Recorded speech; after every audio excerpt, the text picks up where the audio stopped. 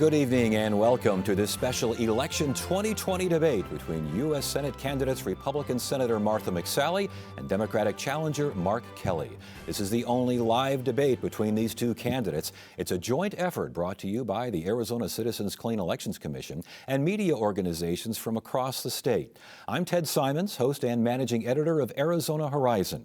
And joining me tonight, Yvonne Wingett-Sanchez, political reporter with the Arizona Republic, Lorraine Rivera, host of Arizona 360 on KUAT, and Steve Goldstein, host of The Show on KJZZ Radio. We are broadcasting to you live from the studios at Arizona PBS and ASU's Walter Cronkite School of Journalism in downtown Phoenix.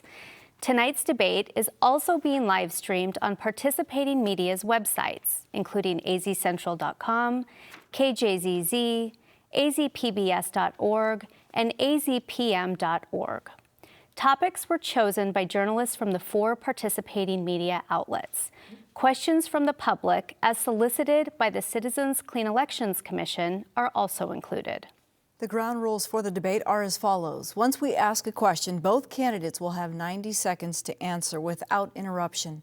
The candidates will then get 45 seconds for a rebuttal, again without interruption. We will then have up to 2 minutes for an open discussion on that topic. At the end of the debate, each candidate will have 1 minute for closing statements. You may have noticed the setup for this debate looks a little different. We've taken a number of precautions to keep everyone safe due to concerns over COVID-19. Including increased distance and plexiglass barriers between the candidates and between the moderators, COVID tests for everyone involved in the debate, and a request for no physical contact, like handshaking between the candidates. And now, let's meet the candidates. Martha McSally is a Republican appointed to the Senate in 2019 after John McCain's death. Previously, she represented Arizona in Congressional District 2 for 2 terms. She's a native of Rhode Island and was the first woman to fly in combat in Iraq. Mark Kelly is a Democrat who early in his career served as a Navy aviator. He piloted the space shuttle for a number of missions and is married to former Congresswoman Gabrielle Giffords. Earlier, we tossed a coin to see who gets the first question, and that honor goes to Senator McSally. Senator, the president's recent COVID-19 diagnosis calls into question the way the administration in general and the president in particular have handled the coronavirus pandemic. He's been recorded as purposely downplaying COVID-19. He said it would magically disappear, it's a hoax, and these sorts of things. He's given himself an A grade for handling the pandemic. How do you think the administration has handled COVID-19? Well, our prayers are with President Trump and Melania, all those infected with COVID-19 right now, and the families of the loved ones who've passed away. This just, I think, reminds us that the pandemic doesn't care if you're a Democrat or Republican, and we all need to be vigilant and do our part until we defeat this virus, which we will. And what I've been doing is fighting for Arizonans to get relief out there to small businesses, to workers, to hospitals, to fast-track the vaccines and treatments and cures. And I even voted for additional target relief a few weeks ago to help small businesses and schools and others. Unfortunately, my opponent said he wouldn't vote for that. It's been a really difficult year for everybody, but what we don't need is another lockdown, and that's what would happen if Joe Biden and Mark Kelly are in charge. And look, Arizonans, you've seen a lot of slick TV ads over the last months. And my opponent is claiming that he's not a politician or not even a Democrat, but that's counterfeit. Look, the truth is that he's bought and paid for by Chuck Schumer, whose path to power goes through Arizona. And he's sold out to China in multiple business arrangements on his path to get rich quick. And he led over the last decade one of the most radical political organizations in modern history, raising over $57 million in order to help elect some of the most extreme left-wing politicians in power right now. This election is going to decide the Senate majority and the direction of the country. And you've got a choice here, a fighter who's got results for Arizona or a counterfeit who you can't afford. Senator, Mr. Kelly, we're going to have you respond. You had 45 seconds to respond to what the senator said, and then 90 seconds for your answer on how the administration has handled the pandemic. Well, it didn't take long for the senator to attack my patriotism. She did that last election cycle with Senator Sinema. So, I thought after 2 years we'd see a different Senator McSally, but the same Senator McSally has shown up. Hey, I'm a combat veteran. I served in the United States Navy for 25 years. I spent 15 years at NASA. I served in the Western Pacific aboard an aircraft carrier dealing with the Chinese directly. Senator McSally likes to make false and outlandish accusations. But we've got a serious crisis on our hands. We've got a public health crisis, which spurred an economic crisis. And both of these things have been made worse by a crisis of leadership. Over and over again, we have been a step behind. We shut down the economy, and then the administration and Senator McSally didn't come up with a plan on what to do next. Okay, now, but I do want to get back to now, in more detail, how you think the administration could have handled the pandemic better, because we hear from Republicans and the president and the White House that they've done just a great job at this. Well, I think 200,000 dead Americans is evidence that we did not do, that Washington, this administration and Senator McSally did not do a great job. We have 4% of the world's population. We have 21% of the deaths from COVID-19. If you go back to February, the administration knew that this virus was deadly and it was airborne. Senator McSally said she was briefed on this at some point, whether it was in last week in January, early February. Senator McSally told people to go on spring break. And then, shortly after that, when it was recommended that large gatherings like fundraisers be canceled, Senator McSally did a large fundraiser. And when infection rates were on the rise, Senator McSally goes to a big political rally. That's not leadership. We need independent leadership focused on solving this hard problem. And it's challenging, but if we listen to the public health officials and don't ignore the science, we can beat this. All right, Senator McSally, response, please. Well, I appreciate that at the end of January, the president made a decisive action in order to stop travel from China, something that was highly criticized. Make no mistake, mistakes were made at all levels, but we're in this together as Americans, and we should be looking forward and debriefing along the way, and we have learned a lot. But this virus came from China. They silenced doctors, they destroyed samples, they blamed it on the U.S. Army, and we need to hold China accountable. And while I'm standing up to China to hold them accountable, my opponent, starting in 2003, while he was serving in the U.S. Navy, went over to China on an all-expense-paid junket by the Communist Party and to help influence, really, elites in America. And he went back in 2004, back in 2005, said it was the most meaningful thing in his life besides going to space. This is a part of what China does. They try to influence the elite, and it seems to work. We'll talk more about that in the follow-on. Senator McSally, at what point were you briefed on this virus? When was the first time you were briefed on it, and what did you do with that information? Well, the task force was created, and we've had multiple briefings, as everybody has throughout it. And I'll tell you, Dr. Fauci and others, they were sharing information. Still, we didn't know because China covered this up. It's a new virus, the novel virus. And so their advice at the time was the risk is low. And we learned a lot. Remember, at the same time frame, Nancy Pelosi was telling people to go celebrate the Chinese New Year in Chinatown, and Bernie Sanders and Joe Biden were having rallies. So really, I think for the scientists, it was around mid-March that they were realizing the impact when the stay-at-home orders started. But President Trump took action in January, and that was highly criticized. Mark, do you agree with the president's decision to ban travel from China? Yes, but Senator, you would understand this as a pilot. You guys did step one of the emergency procedure, and then you didn't do anything else. And that is a colossal failure. When the president thanked China on behalf of the American people in January, Senator McSally stood up and did nothing. We have 4% of the world's population. We have 21% the deaths from COVID-19, and it's because this administration didn't handle this as a public health issue. They dismiss the scientists. Senator McSally doesn't, I can't think of one occasion where Senator McSally has stood up when the president has made a mistake or the governor did something that wasn't exactly right. That's not leadership. We need independent leadership focused on solving hard problems, not somebody who's just going to stand there when the leader of a political party is clearly making some mistakes. And Senator, when the president did call this a hoax, when he did say it would be magically gone by summer and these sorts of things, did you publicly say anything in response to that? What I was doing at the time was fighting tirelessly to get relief to Arizonans, and we passed the CARES Act. We've got the PPP loans out there that saved 85,000 small businesses in Arizona and 1 million jobs. And again, it's just another example of Counterfeit Kelly. He criticized the PPP loan, said it wasn't working, while his company was secretly getting the loan and taking advantage of it. And we passed that relief to stimulus checks and families who are struggling, families in my community, and investing in the treatments and the testing and the cures. Get that relief out the door to have people hang on. And we voted on some additional target relief a few weeks ago. Support to schools, to be able to get kids back to school safely, more support to small businesses. And unfortunately, my opponent says he would have blocked that relief. What was wrong with that bill, Mark, that you wouldn't support this targeted relief to help Arizonans? That piece of legislation was even the president commented that it was too stingy.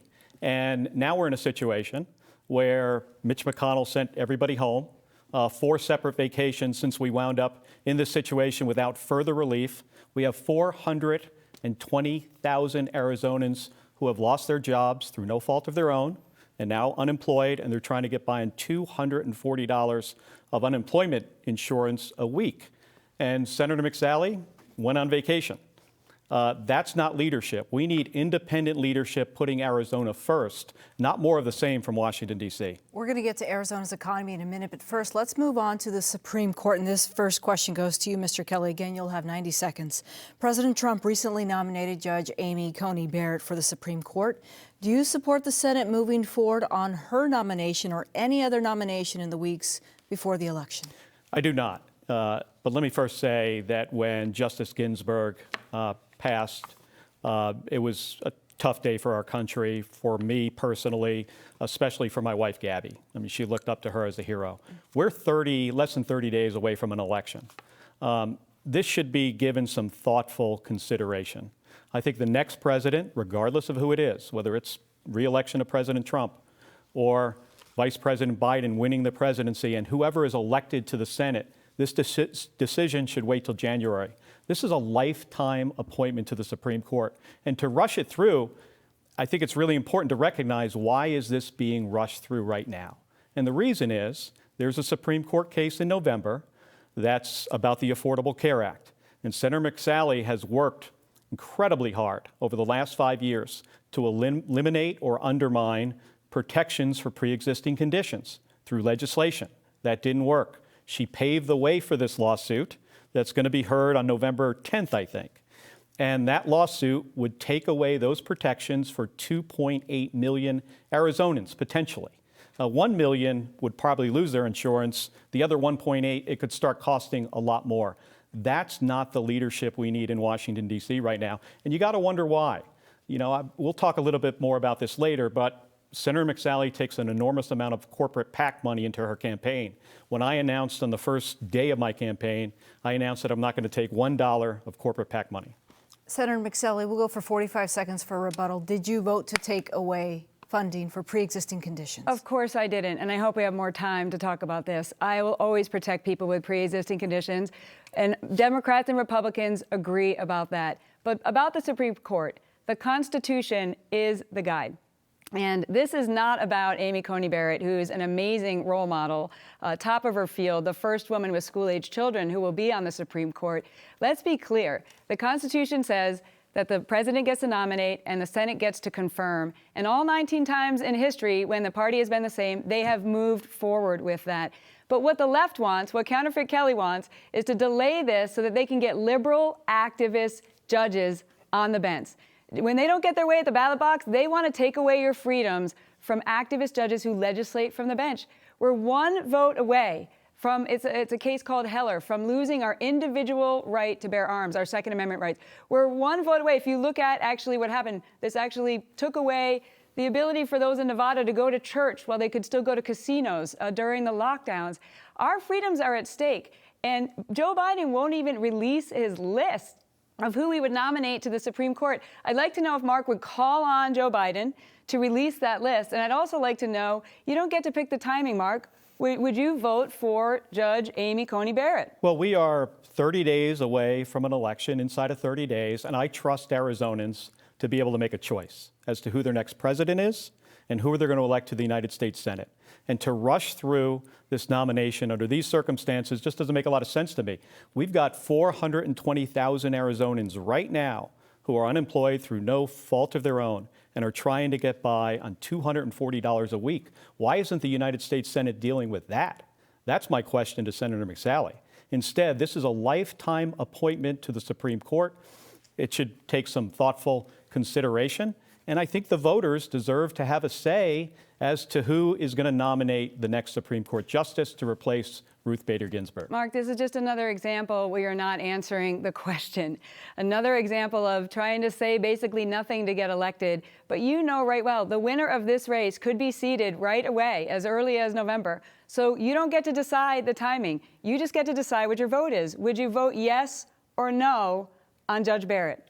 Well, I said I would vote no. This should wait. Okay. This should wait until So you would January, not confirm when that? we have a new president and a new Senate. We're within 30 days of the election, and Senator McSally wants to rush through a lifetime appointment. And the reason is, it's this case about pre-existing conditions and the Affordable Care Act, which through legislation, even after voting 4 times to undermine or eliminate those protections for pre-existing conditions, that didn't work.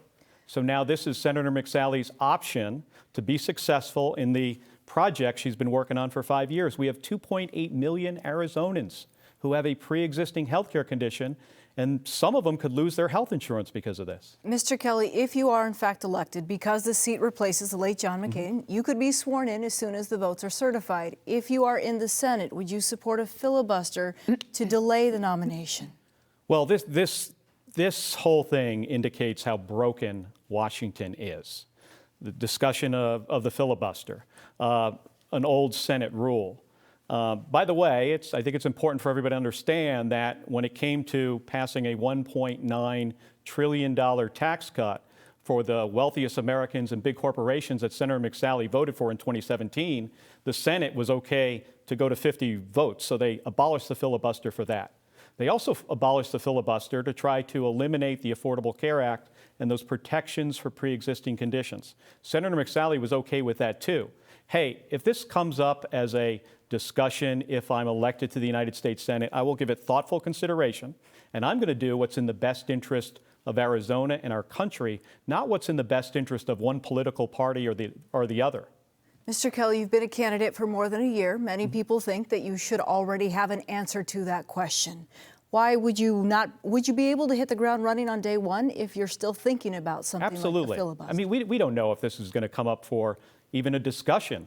It might, and if it does, I will give it thoughtful consideration, and I will do what's in the best interest of Arizona and Arizonans and the best interest of our country, and not the Republican Party or the Democrat Party. And I think it's important to note, very important to note, that parties aren't in power for very long, traditionally, right? It goes from one party to the other.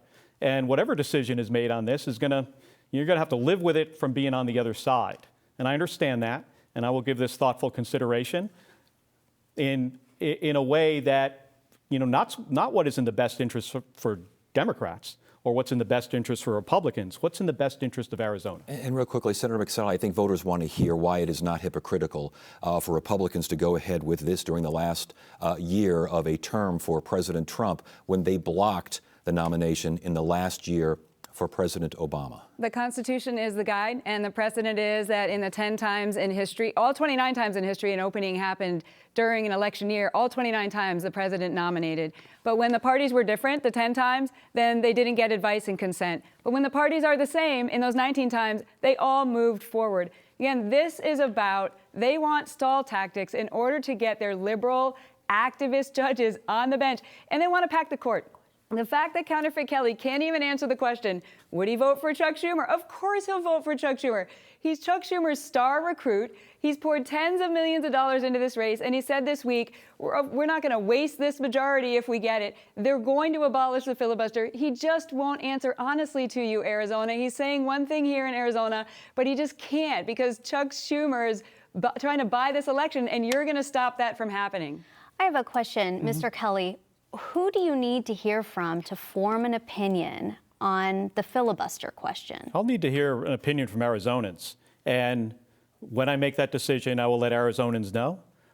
This is something that might not even come up for discussion. And if it does, I'll spend some time thinking about it. And I'll make a decision based on what's right for Arizona. Senator McSally had this, I don't know how many people could even follow what she was talking about, with these votes here. But what's simple about this is Washington is broken. And this highlights how broken it is that we're having these fights over old Senate rules. What we need to be focused on are people's health care. We've got a lot of individuals and families that have lost their health care due to this pandemic. The economy. These are the issues that Arizonans care about, not a rule in the United States Senate. Senator McSally, let's move on back to the subject of China, because China, obviously, many national security officials, current and former, consider it to be our most important adversary at this point. How would you go about the relationship with China? And in some ways, has the president made light of it to some extent by mentioning the Chinese flu? How seriously has he done things, and do you credit the administration for holding China in check? Well, China is our biggest geopolitical threat. I've been involved in national security my entire adult life, and we've seen the rise of China. And look, they have been helped by, unfortunately, political elites like Joe Biden, who have outsourced our jobs to China. They're stealing our technology. They're building islands where they didn't exist in the South China Sea and militarizing them. But ultimately, Americans are now awakened because they unleashed this virus on the world. And then we realized that we're relying on our PPE for China. We're relying on pharmaceuticals and other things. So I'm standing up to China to hold them accountable, to bring things back home so they're made in America again. But let me tell you a story. Again, I started in 2003. While he was active duty, Mr. Kelly went over on this Chinese Communist government funded trip, 2003, 2004, 2005, said it was the most meaningful thing in his life other than going to space. They're just trying to bring elites into their orbit. It was so meaningful to him. In 2006, he had a chance to go to space. For every little boy and girl whose dream is to go to space, the astronauts who are supporting me, one of them was an Apollo 16 astronaut. And you get to bring a few things to space with you, just a few things. And he brought an American flag, this other astronaut, and a flag of Arizona, or a flag of his state. But what Mark Kelly decided to bring to space was the banner, the Chinese Communist banner from this forum, this junket that was paid for by China, of all the things that he could have brought to space. He later on retired and then recruited Tencent, a company close to the Chinese government, to invest in a company that he co-founded. And later he was over there peddling a pyramid scheme of vitamins with a motorcycle with a Chinese flag on it. So I'm standing up to China while my opponent is doing business with China. And this is the biggest threat we have going forward. We need someone who's going to be strong on China, not doing business with them. Mr. Kelly, respond to those accusations about your China relationships and then broaden it out for how you deal with China. Well, Senator McSally just started making China an issue this election cycle when Mitch McConnell allies physically handed her a memo and says, this is the issue in your election. Go for it. Hey, I'm a veteran. I served the United States Navy for 25 years. I lived in Japan. I spent time flying off of an aircraft carrier in the South China Sea. I've known China as an adversary my entire adult life, not because I got a memo from Mitch McConnell. Senator McSally is focused on this now because she's desperate to win an election. I had the opportunity to start a business here in Arizona, and I'm never going to apologize for creating good-paying jobs and creating a business that is a lot of economic activity here in the state of Arizona. But Senator McSally will use false attacks. She'll question my patriotism over and over again. It's what she did in 2018, and I think folks recognize that. I mean, from this very podium in 2018, Senator McSally yelled treason. So this is just the same false negative attacks. Let me talk about China for a second. So China has been an adversary of ours. I recognized this in the 1980s. Anywhere on the planet where we leave a vacuum, China's going to step into it. We need to hold them accountable. We need to use the diplomatic and economic tools at our disposal to do that. Senator McSally said nothing when the president thanked China on behalf of the American people because of the response on COVID-19. Why is that? Well, I don't think she had her memo yet. So this is just a political issue. Senator McSally is using false, negative attacks, trying to attack my patriotism again. And, I think Arizonans are tired of it. I'm not questioning your patriotism, Mark. I'm questioning your judgment. And the facts are there. You went on the junket, paid for by the Chinese Communist government, part of their propaganda arm. In 2003, while active duty Navy, 2004, 2005, you said it was the most meaningful thing you've done in your life.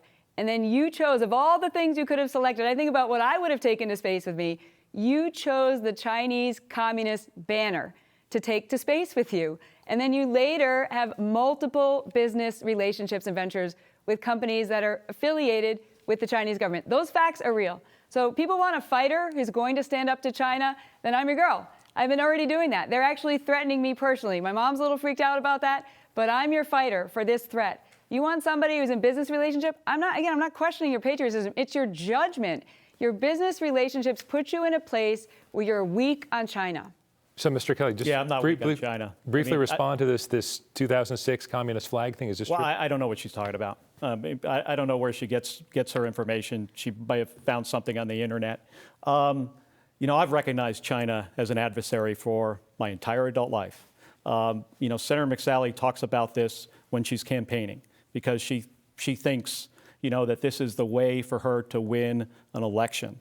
And that's not what Arizona needs. We need independent leadership focused on solving hard problems. I had to deal with the Chinese when I was in space on my third space shuttle mission when I was a commander, and they blow up a satellite in low Earth orbit.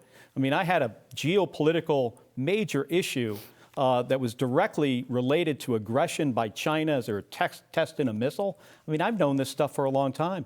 But Senator McSally just likes to lob false political attacks, and question her opponent's patriotism. We've seen it before. Let's shift now to healthcare. Mr. Kelly, you support the creation of a government-run health insurance option for the public. How much exactly would this system cost, and what is your preferred way of paying for it? So, healthcare is incredibly personal for me. When my wife, Gabby Giffords, was shot in 2011, she suffered a serious traumatic brain injury. And I'll never forget being in that ICU room for the very first time and seeing her and looking down and wondering what this means for us. What does this mean for her? What does this mean for our family? Now, fortunately, she had good health insurance. And that's not true for every American, especially lately with folks losing their jobs. And healthcare costs too much. Premiums, deductibles, copays, prescription medication. These are the issues that Arizonans care about and should be working on. So a public option to compete with private insurance on the healthcare exchanges when there are only one option makes a lot of sense. And individuals would potentially pay for that insurance. That's a public option. I think we should also allow folks to buy into Medicare at a certain age, say 50 to 65 years old. That makes a lot of sense. You could remove them from the risk pool. And then we have to address this issue of pre-existing conditions. Senator McSally has voted 4 times. And I often wonder to myself, why is that? Well, Senator McSally takes a lot of corporate PAC money from the health insurance industry and from big pharmaceutical companies. So there's not a lot of desire to make changes in our healthcare system that'll help Arizonans when you're doing something that is not helping those corporations. Well, who ends up paying for this public option? Do we just add to the national debt? Is there some other mechanism? Well, at some point, right, in this case, when you provide a public option to compete with private insurance, the person buying the insurance through the public option would be paying for that insurance. And if we're starting to talk about the national debt, Senator McSally voted for a $1.9 trillion tax giveaway to big corporations and the wealthiest Americans when there was no point in doing that. And 80% of that went to the wealthiest Americans and big corporations, put us in a position where we really have to make some really hard choices when a lot of folks need COVID relief. I've been standing up to the powerful and protecting the vulnerable my entire life. It's what my whole life story is about. And Republicans and Democrats can agree on a couple things related to health care. First is we will always protect pre-existing conditions. There's nobody who disagrees with that. The second is that Obamacare is failing. It's not working. And so what I'm doing is fighting for more options for people. We took away the penalties because the way Obamacare worked, that if you couldn't afford their unaffordable health insurance, the government was fining you. And so I'm fighting for more options for small businesses to band together, for people to have choices. But this public option, which is Bernie Sanders light, really it's the next path to the full government takeover of healthcare. This is going to have, you can't have a public option compete with private health insurance. Everybody who gets health insurance from their employer is eventually going to lose it. The full government will take over. And Medicare, as we know it, will be collapsed. Any seniors tuning in under this expensive plan that is the first step to the government takeover of healthcare. What I want to know, Mark, is how much is the public option going to cost? Senator McSally, I do have a question for you on healthcare. You have been supportive of Republican plans that nonpartisan analysts say would have left 23 Americans, including many in Arizona, without health coverage. The Senate plan that you are co-sponsoring would guarantee coverage of pre-existing conditions, but those nonpartisan analysts say it would allow women to be charged more than men. Why then should Arizonans want either of those plans? Should the ACA, or if the ACA already covers them? Well, I agree women shouldn't be charged more than men. Kids should be able to stay on their parents' insurance till they're 26. And we should never be allowing insurance companies to deny people insurance for pre-existing conditions or raise the cost. But what's happened with Obamacare is the costs keep going up. You know, I met a family when I was walking, knocking doors in the West Valley, Brigham and his wife Tammy and 4 kids. And before Obamacare, he's a plumber, owns his own business. Before Obamacare, he paid $300 a month for his insurance. It's gone up 4 times since then. It's more than his mortgage now.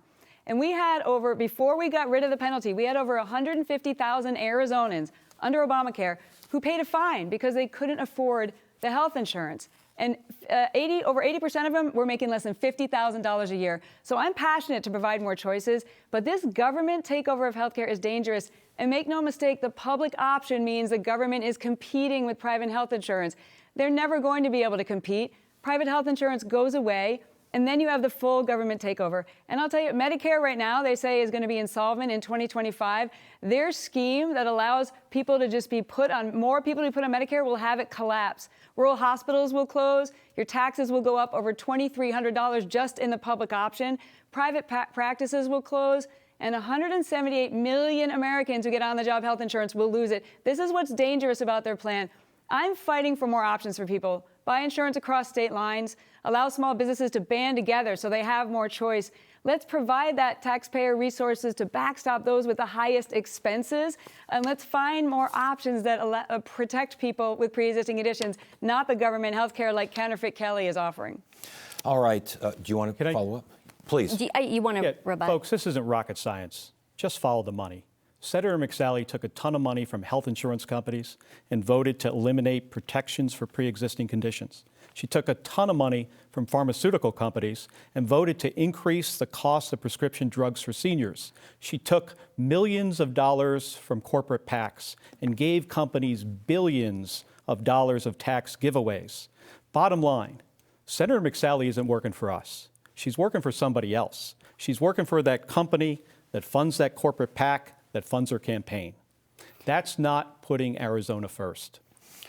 I've got to be able to respond to that. I mean, this is another example of saying one thing and just the counterfeit nature of this whole campaign and what he's saying to Arizonans. Between the beginning of 2018 and the end of 2019, or 18 months, he got $1.8 million in speaking fees, speaking to financial companies and insurance companies. I'm talking about into his bank account, okay? And he uses all the end runs in order to be able to get corporate money from employers and executives. Don't be fooled. He's saying one thing to all of you that may sound good, but in reality, he's getting rich and has gotten rich off corporations, and they're funding his campaign. We cannot put up with more counterfeit discussions on this. I mean, this is saying one thing, and then the attacks towards me. I'm always going to protect people with pre-existing conditions, and they're attacking my integrity. Integrity first is the top core value in the Air Force and in my life. And I've been standing up to the powerful and protecting the vulnerable my whole life, and I'm going to keep doing it as your fighter in the Senate. On this issue of pre-existing conditions, people in Arizona are very concerned about this. Healthcare consistently is a top issue in this race. Why should Arizonans trust you on this issue? Because I'm telling you, I'm committed to protecting people with pre-existing conditions, and I have repeatedly voted to include last week to protect people with pre-existing conditions. But there's people in Arizona with pre-existing conditions right now who are being failed by Obamacare. What about them? So I'm rolling up my sleeves. Some politicians sit back and they don't want to solve hard problems. I'm rolling up my sleeve to fight for them. The entrepreneur who's going uncovered right now, who I met in Tucson, the franchise owner, Hispanic franchise owner, had to give up his businesses and work for a big business because he got diagnosed with diabetes. So we've got to fix this. And we've got to protect people with pre-existing conditions. These are scare tactics. And I'm also going to continue to fight to stop the government takeover of healthcare.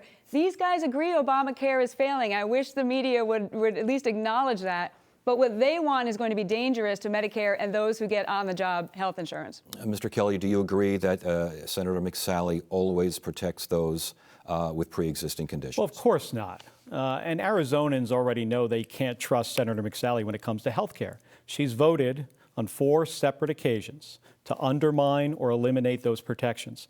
I was with this mom, Stacy, recently, and her daughter's named Zoe, and she had a terrible heart condition that she was born with and had to have multiple surgeries.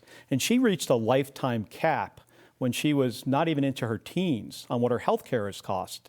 And they were always concerned that because of her pre-existing condition as an adult, she wouldn't be able to get health care coverage. But then the Affordable Care Act came around, and it changed their lives. Senator McSally is trying to take away those protections from 2.8 million Arizonans. She's done it on 4 separate occasions. She paved the way for a lawsuit that's at the Supreme Court. The case is going to be heard on November 10th.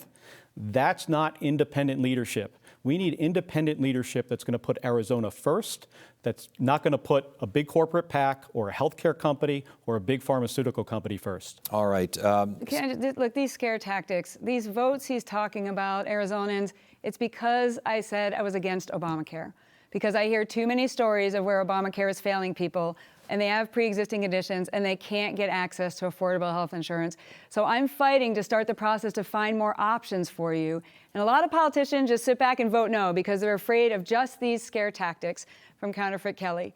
Instead of him being honest about what their plan will do, the public option will end Medicare as we know it, will take away your private health insurance for 178 million people, and raise your taxes. It's dangerous. I'm going to fight against it.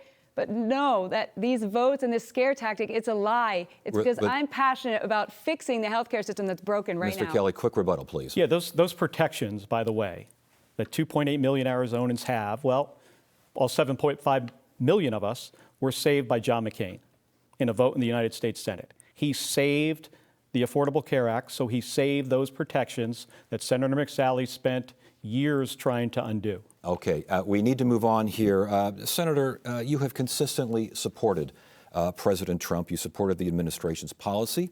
You voted policies, I should say, and you have voted not to convict on impeachment. Are you proud of your support for President Trump?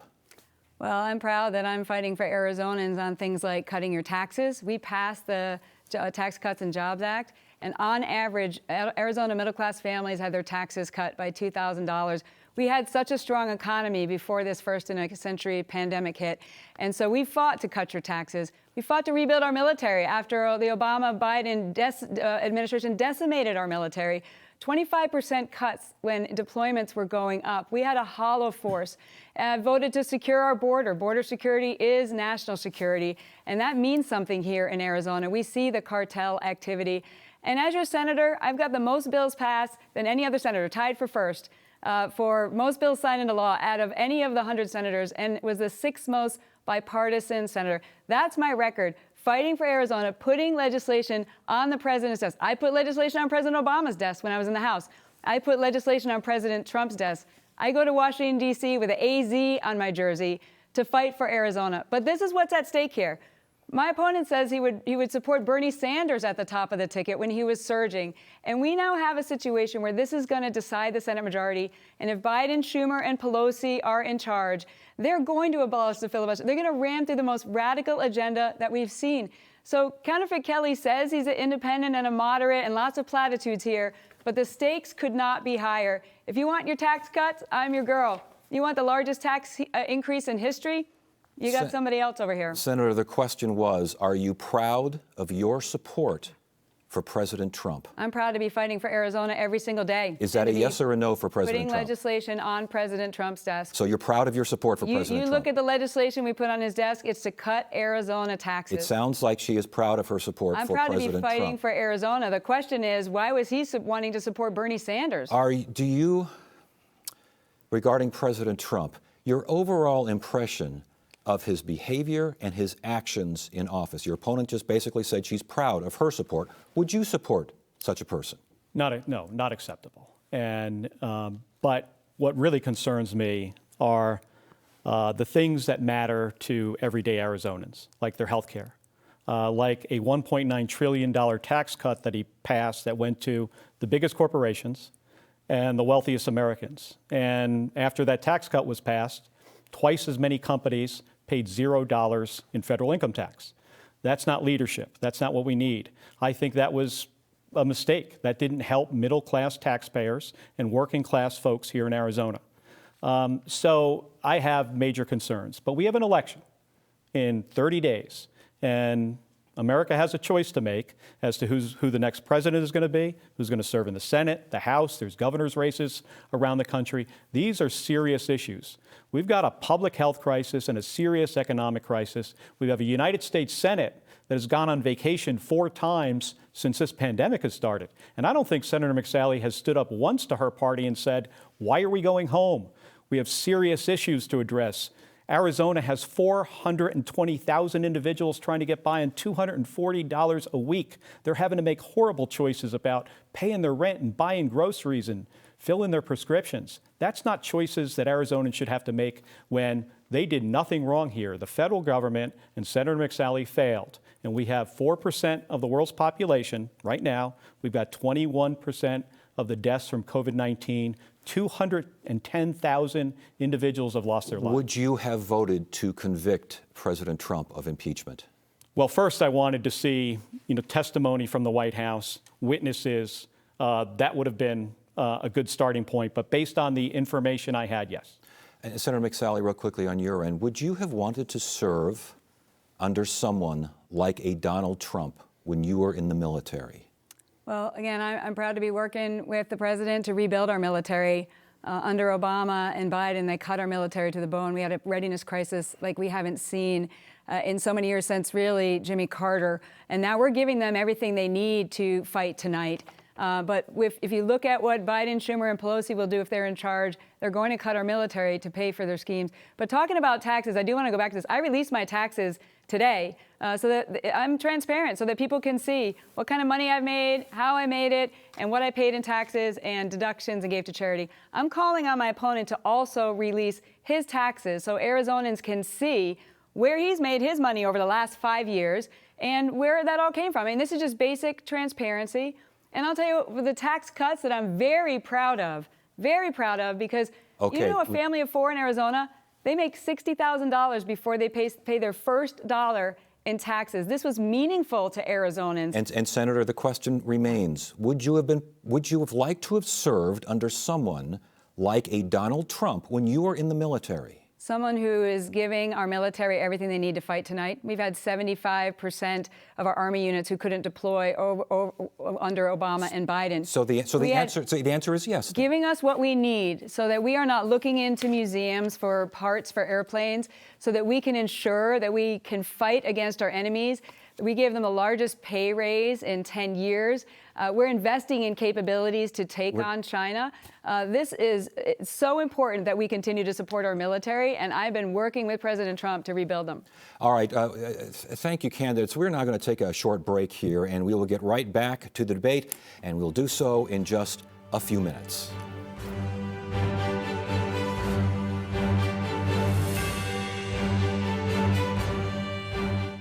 This election season, stay informed with news and analysis you can trust.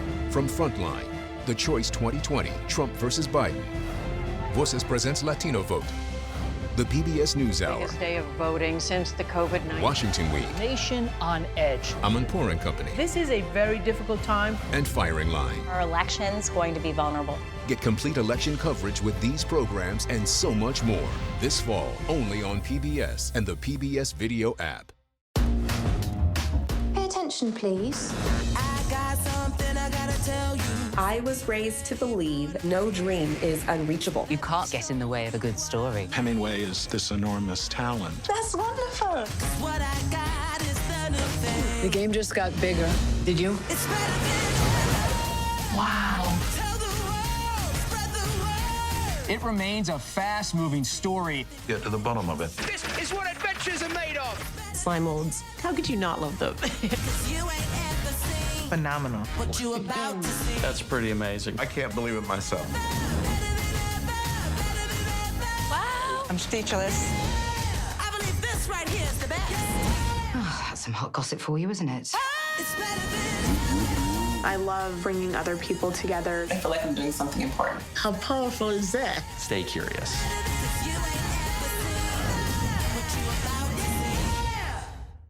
I grew up waiting for the nights during the week when Nova would be on because I was so deeply interested in science. We haven't seen anything like this before. And it was inspiring for me as a young person to be able to learn about it in the masterful way that Nova presents it, and with Ken Burns. And I learned so much about the Civil War, not only the facts of the war, but the feel of the war. PBS has a way of educating, informing, and entertaining the public that I don't think anybody can match. It's more unbelievable than anything we could have imagined. I think he was a terrific father, sometimes. I think that he was a loving husband, sometimes. I think he was like so many people, except this enormous talent. Hemingway is very complicated. I hate the myth of Hemingway. It obscures the man, and the man is much more interesting than the myth. Vice presidential debate. The candidates will make their cases to the American people. Congratulations. I'll see you in Salt Lake City. Who can convince voters their ticket should lead? We don't have to accept the failed government of Donald Trump and Mike Pence. A PBS NewsHour Vote 2020 election special. The vice presidential debate, October 7th at 9/8 Central on PBS. In 1930, Germany was a democracy. Just 4 years later, Hitler and the Nazis were in control. Political networks were evaporated overnight. Historians uncover how it happened. Conspiracy murder can be described only as mafia politics. And what could have been done to stop it. It is a warning to us to prevent this from happening again. Rise of the Nazis. Tune in or stream. Starts Tuesday, November 10th at 9/8 Central, only on PBS.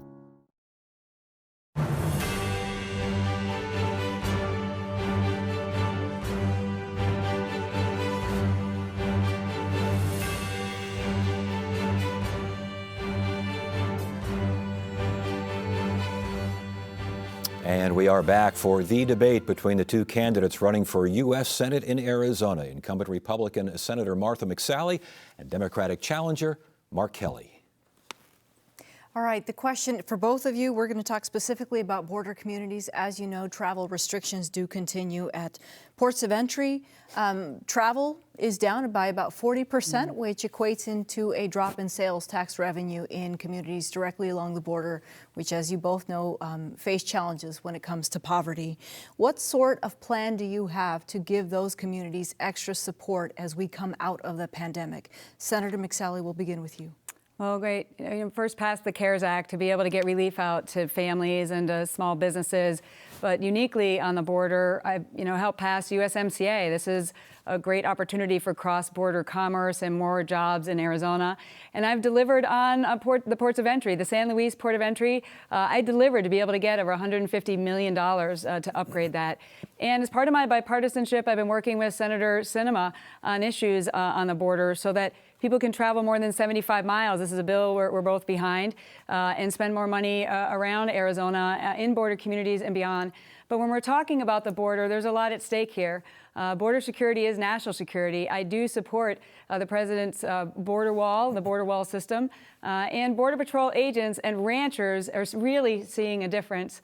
My opponent, unfortunately, when the vice president of the Border Patrol Council went to meet him at the Veterans Day Parade last year and just reached his hand out to shake his hand. He wouldn't shake his hand, turned away and said, "You're one of them." When nobody was looking, this is what Mark Kelly did. He says he's border for security, but then he turns his back and won't shake the hand of a Border Patrol agent. And when he ran this political organization I mentioned earlier, $57 million raised endorsing candidates all over the country. He also endorsed David Garcia for governor, who said we shouldn't have any borders. We should have no border security, no border wall. I mean, that's what's at stake here.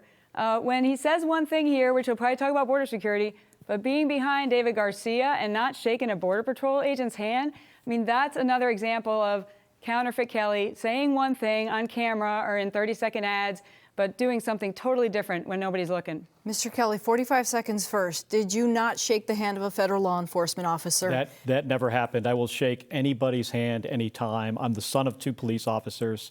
My mother was one of the first female police officers in northern New Jersey. I don't know where Senator McSally gets this stuff from. But from the agent. Do you believe in more border security? Yeah, well, first of all, the question was about sales tax, and I believe you mean because the ports of entry have been closed, that these communities are suffering economically. I think it's important to note that Senator McSally, months ago at the beginning of this pandemic, clearly said that towns and cities, communities shouldn't get extra help from the federal government to get us through this crisis. And I think that's wrong. That's why these communities are suffering. But the main reason why they're suffering is we have a failure of leadership to address a serious pandemic. We've got 4% of the world's population, 21% of the COVID-19 deaths. This administration and Senator McSally didn't take the appropriate action necessary to get this under control. There was no plan when we shut down the economy, and then we didn't have a plan to what do we do now? They just basically ignored it. There was no plan for testing and contact tracing. So I think it's important to note that. We need strong border security. That is clear. I worked at NASA for 15 years. NASA wouldn't give you the 17th century solution to the 21st century problem. But there's a way to do this, and border security is incredibly important to our state. It's important to our economy. Senator McSally, you've expressed support for President Trump's border wall. Yeah. There was some concern about how it was funded, though. The president said Mexico would pay for it. That hasn't happened. Also, some money was diverted from the Defense Department. You've already expressed support for the military clearly and for how President Trump has handled it. How do you feel about how the money was being used to build the border wall? Well, border security is national security, and we should not have to choose between supporting our military and securing our border. So I'm for both, and I've been voting for increased funding for both of those. But we need to go back to, did you hear what he just said? He's against a 17th century solution. So that means he's against the border wall, which ranchers like John Ladd, 5th generation ranchers, are seeing right now what the border wall system is doing to stop the illegal activity across the ranch. But, Mr. Kelly tries to pretend that he's just an aw shucks, independent, not political guy. But over the last decade, he has led one of the most sophisticated, radical political organizations. And while he's saying one thing here in Phoenix, he was literally flying all over the country to bankroll and to endorse extreme liberal candidates who are so left-wing and dangerous on these policies, like members of the Squad, Ilhan Omar, Rashida Tlaib.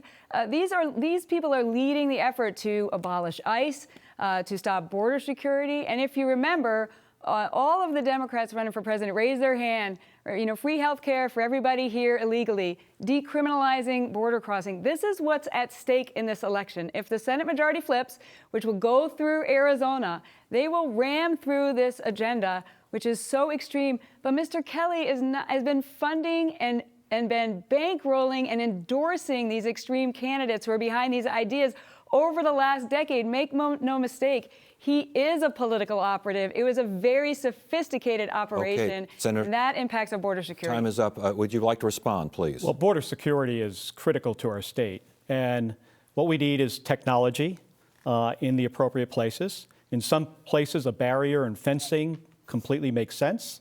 More Border Patrol agents on the border. That's, smart way to do this. I think we also need more judges to handle asylum seekers. And we've got to address this issue of DACA recipients and give them some certainty in their lives. Senator McSally used to support Dreamers. And then she said DACA's unconstitutional. There was a bipartisan agreement on a pathway to a normal status for Dreamers. Senator McSally used to support it. And then when it wasn't politically convenient anymore, she, decided not to. That's not the independent leadership that Arizona needs. Senator McSally, we're going to want to get your take on DACA, but to follow up on this, there have been many people on both sides who've said, yes, border security, vitally important, but they talk more about technology as opposed to the wall. The old joke was build a 10-foot wall, someone will find an 11-foot ladder. Is there more to be done with border security than just President Trump's wall? Well, it's a border wall system, and when you talk to the ranchers, it really makes a difference whether there's chicken wire or whether they have 30-foot and 6-foot down, a paved road, the sonar sensors. It allows Border Patrol to use intelligence-driven operations to detect and intercept the activity. Also using airborne assets and manned and unmanned, with towers and airborne assets and other things. So it's all of the above. But the border wall system is making a difference. And Mr. Kelly still hasn't answered the question as to, well, he can say he's for border security, but you support politicians like Omar and Tlaib. You said you support Bernie Sanders. You support David Garcia. If David Garcia were our governor right now, we would have a governor who's against any sort of border on the south side of Arizona. What is up with that? Do you want to denounce those endorsements? Hey, border security is incredibly important for our state. And, I've already addressed this. I would not provide a 17th century solution to this. If you were to ask NASA to do this, it would be technology. It would be some of the things that Senator McSally just mentioned.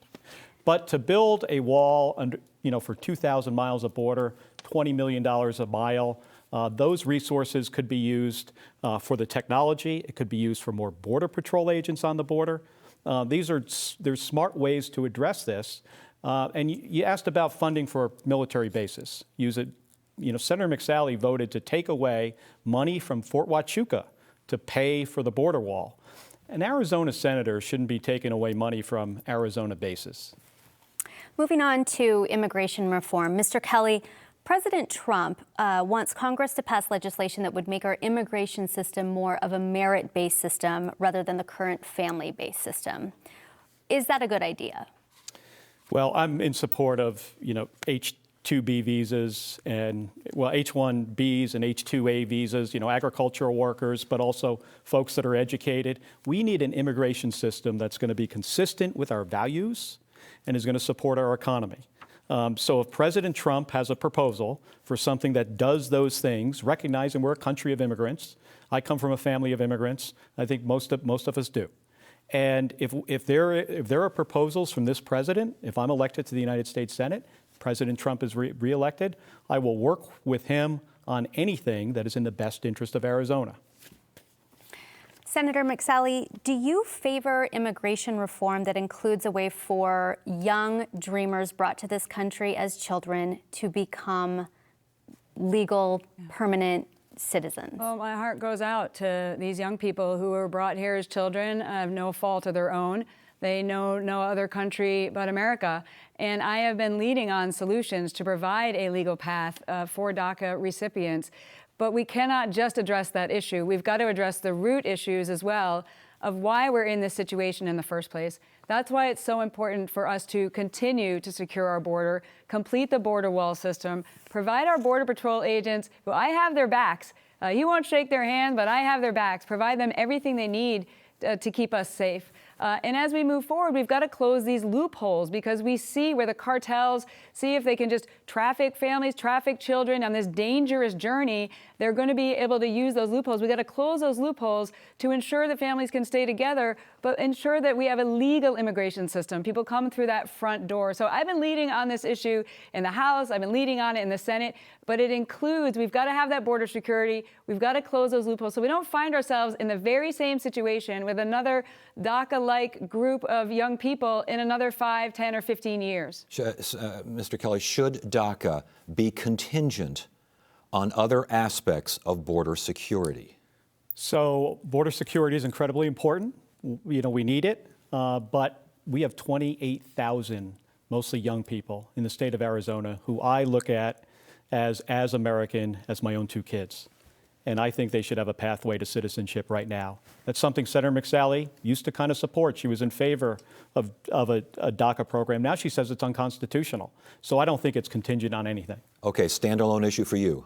Standalone. Standalone for you? I believe we've got to pair it. Again, I've been leading on this issue.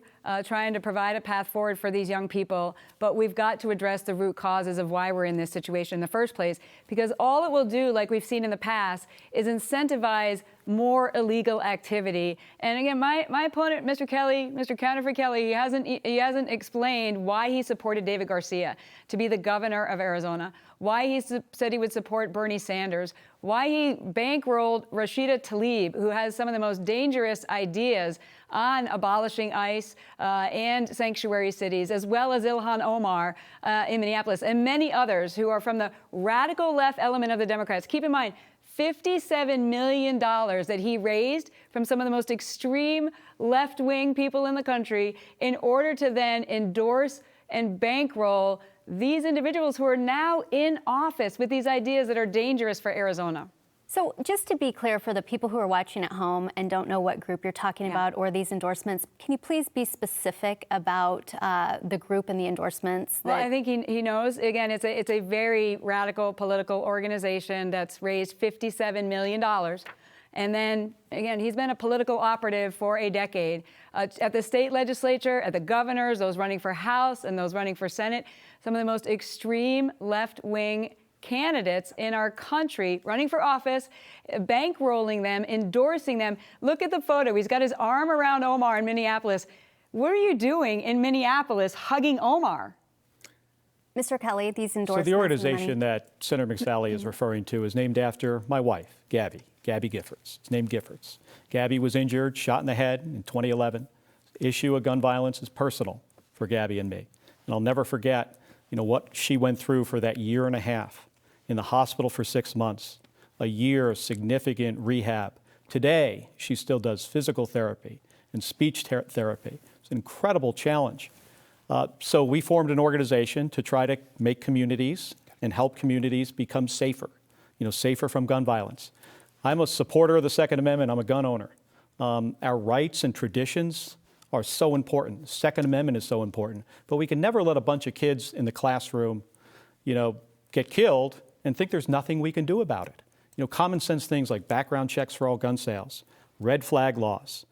These are common sense things that most Arizonans support.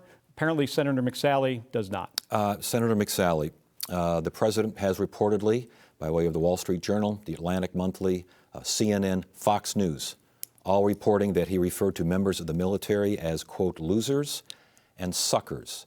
You are a military veteran. Your thoughts on this? Well, I'm not going to comment on anonymous sources, but what I can tell you is I'm proud to have been able to serve in the military, and we're working to rebuild our military after Obama and Biden decimated our military, giving our troops everything they need in order to fight tonight. I mean, we had our units where they were not ready to go. They were decimated in a readiness crisis. We had more people dying in training accidents than they were in combat in the end years of Obama and Biden. So I'm working with President Trump to rebuild our military, to save the A-10, by the way, something I did when President Obama tried to cut it, then President Trump tried to cut it, and I just saved it again. This is critical for Tucson and Davis-Monthan, and the troops are on the ground. So I'm always going to have the military's back. But what's at stake here, should we lose the White House, the Senate, and the House, which comes through Arizona, this race will decide the Senate majority.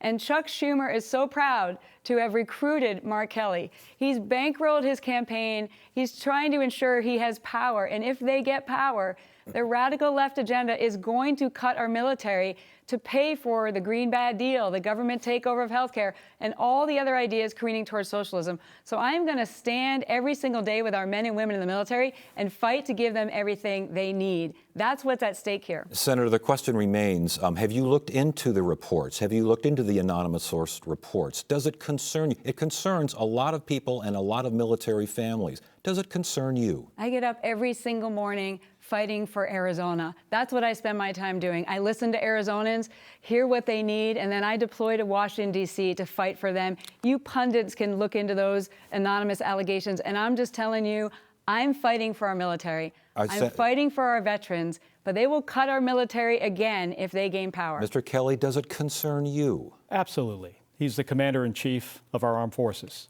And to say that about deceased veterans who died on the battlefield, calling them losers and suckers. What also concerns me is what he said about Senator John McCain.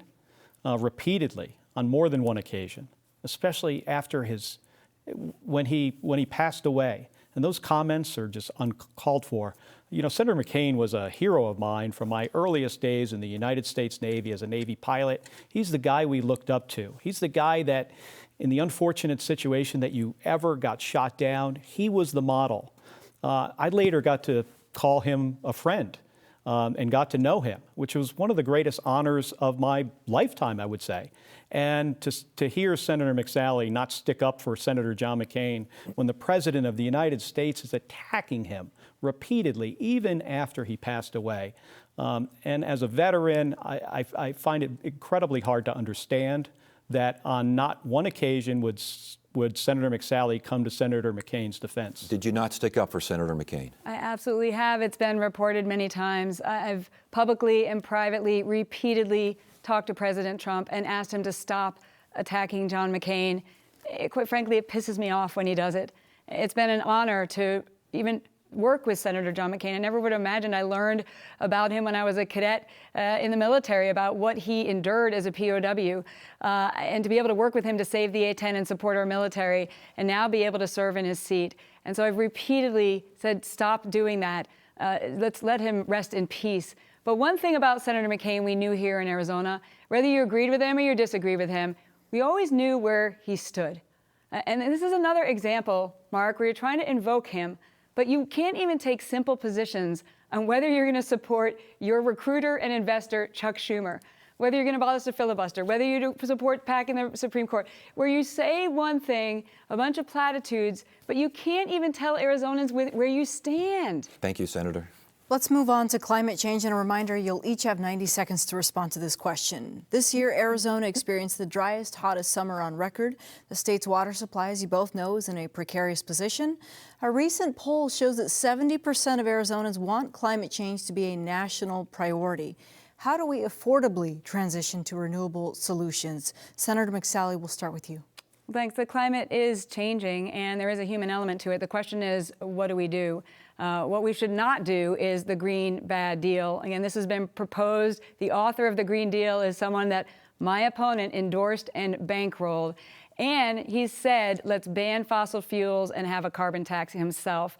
What the Green Bag Deal would do is it would cost $93 trillion. That's $65,000 for every household in America every year. This heavy-handed approach would be devastating to our economy. And you can just look next door in California. They're trying these heavy-handed mandates that are not working. They have blackouts right now because it's not based on the science. I've been leading on efforts to ensure we have an all-of-the-above energy strategy. We're finally in a place where we're energy independent. Thank God. I've deployed to the Middle East 5 times and once to Afghanistan. So we're now a net exporter of energy. We need additional clean energy for sure, but that includes nuclear, the Palo Verde nuclear plant. I've been leading on efforts so we can have more research in energy storage, because right now the sun goes down at night and we don't have good grid level storage. And for any of that storage, even if it's for a few hours, we're relying on China for those minerals and that processing. So we've got to bring those jobs home. So look, you said you would ban fossil fuels, you're for a carbon tax. How is that any different than the Green Bad Deal? And you've supported the author of the Green New Deal, which would be devastating for Arizona households, those in rural communities who can't afford their electric bills as it is. Let's use innovation, not what the left is offering. Mr. Kelly, you have 90 Well, I don't seconds. know where Senator McSally gets her information from, but since the Green New Deal was authored, I've been against it. There's a lot of stuff in there that has nothing to do with climate. I made that very clear. I don't know why she says I'm against fossil fuels. I'm a pilot of an airplane. So is Senator McSally. You're not going to do that without fossil fuels. It's kind of, the whole thing's kind of silly. But I'll never forget the first time I got to see our planet for the first time from low Earth orbit, you know, seeing this big round ball and realizing that we are really all in this together. And it becomes very clear very quickly that we have no place else to go. There is no planet B. We're not moving somewhere else someday. We have to do a better job taking care of this planet. We have gone from about 280 parts per million of CO2 in the atmosphere pre-industrial revolution to about 420 today. You talk about flattening a curve, that's a curve we need to flatten. And the way we're going to do that is we're going to move to more renewable energy. with Senator McSally, you just got to follow the money. You know, Senator McSally takes hundreds of thousands of dollars of corporate PAC checks from oil and gas companies and gives them a $20 billion tax cut, essentially. And that's why we're having a difficult time solving this problem. Hey, this could be good for Arizona. If we extend the investment tax credit by 5 years, 30% on solar energy, this could be good jobs. We can create the technology here. We can manufacture it here. We can deploy it here. It could be great for our state, but we can't wait around and do nothing anymore. We need independent leadership in Washington, D.C. that's going to put Arizona first, not put a big corporation on the other side of the country first. Do you support mandates with deadlines to get this done? One example, requiring zero-emission vehicles by a certain date. Hey, I think when this administration rolled back emissions standards and also clean air regulations and clean water regulations, that now we're going to have more polluted air and more polluted water. Senator McSally supported all that. That was a mistake. Senator, do you support mandates with deadlines? I'm an outdoors woman and I want clean air and clean water, but what I don't want is to hurt Arizonans, the working poor, rural Arizonans, those in tribal communities who can't afford these mandates that are coming from Washington, D.C. that are not based on science. We saw that under Obama, but now they're going too far. And look, this is another example where he's saying he didn't say let's ban fossil fuels, but in a TV interview last year, he said those very words, I think we should ban fossil fuels and have a carbon tax. This is a regressive tax that would hurt the working poor and hurt rural communities the most. So I'm leading on investing in energy research so we can have energy storage. We can find cleaner ways for our energy to move forward, but do it based on the science and innovation. We're going to innovate our way out of this, and America will lead the way. And in the meantime, our emissions are going down. Our CO2 emissions are going down. China, the big polluter, who he's doing business with, their emissions are going up. So let's innovate our way out, not ban fossil fuels like Counterfeit Kelly wants to do. I don't know where Senator McSally gets her information from, but there is no circumstance where I ever said to ban fossil fuels. So at this point, you know, she's just making stuff up. Mr. Kelly, different sort of climate question. It's the climate in our cities, frankly. In the wake of the killing of George Floyd in May, we saw rallies, we saw protests. President Trump, in some cases, referred to them as violent. We've seen, is there a discussion of who's on the right, who's on the left, who's causing these problems? The fact is, if you were to be in the Senate, that could be a federal responsibility in terms of funding for our cities, funding for police forces. Where do you stand on that in terms of helping our cities deal with some of this, whether it's social injustice, racial injustice, or just police relations with communities? Well, you know, the promise of our country shouldn't be that your race determines what kind of education you get, what kind of health care you can get, success in life, or how an interaction with the police is going to turn out. And we need some reform in policing. Both of my parents were cops. So I understand it is incredibly difficult jobs. Police officers need the resources to do a very hard job. I am 100% behind that. And it's a difficult job. I recognize that. But there are necessary reforms needed in policing. But the protests that we have seen across the country, there is no place for that. I fought to defend our Constitution, our First Amendment, the right for people to peacefully protest. But what we've seen over the last months is beyond that, and it needs to end. And cities and communities need the resources to deal with this in an effective way. And then we've got to, there's some common sense things we can do to keep mostly African American men safer in these encounters when they're encountering police. More accountability, independent investigations and oversight, body cameras, consent decrees, which is the Department of Justice overseeing police departments when they need to make some changes. This issue of qualified immunity. These are common sense things that can be done to reform policing. I think it's necessary, but the violence we see in our communities has to end. The federal government should be helping with some resources where it makes sense and where governors need that. Senator, what reforms would you like to see on that? Well, we got to rout out racism in any form, whether it's in any institution or in anyone's hearts. And there's only one candidate up here who has had to apologize for a racist slur, and it's not me. And if you watch the murder of George Floyd, it was despicable, not just the officer who killed him, but those who stood by and allowed it to happen. And so we moved forward some common sense police reform. Tim Scott's bill, it was about 70% of what the Democrats were asking for. It was good reforms in order to address some of these issues and give more funding to police. I back the blue. I've gotten the endorsement of the Arizona Police Association. What's happening right now in our cities, the violence is despicable, and you see many on the left who are just standing by and doing nothing. Again, I'd ask my opponent whether he wants to take back the endorsement that he gave to Ilhan Omar, who in Minneapolis was leading the effort to defund the police. He's standing there with his arm around him. This is dangerous. The 12,000 officers in the Arizona Police Association, they know that I've got their back, and that's why they're backing me. And I think I just heard, I'd like to know whether he would vote for Tim Scott's bill, but I think I just heard that he wants to support criminals being able to sue police officers just for doing their jobs. Now, I know what it's like to make life and death decisions in combat in the A-10 Warthog, and our men and women go out every single day and kiss their families goodbye. They need to have our backs and not have criminals to be able to sue them. Did you say you supported that? Nancy Pelosi bill, who you also endorsed and supported, Well, to on the Tim allow Scott, criminals to sue police officers? On the Tim Scott bill that you referenced, the Leadership Conference on Human and Civil Rights says it's inadequate, and other organizations. It didn't include qualified immunity. It didn't include consent decrees. It didn't include body cameras or use of force laws. I think that when police officers are found that there was serious wrongdoing, there should be an accountability aspect to that. As a son of two police officers, my mom and my dad, I realize this is a tough job.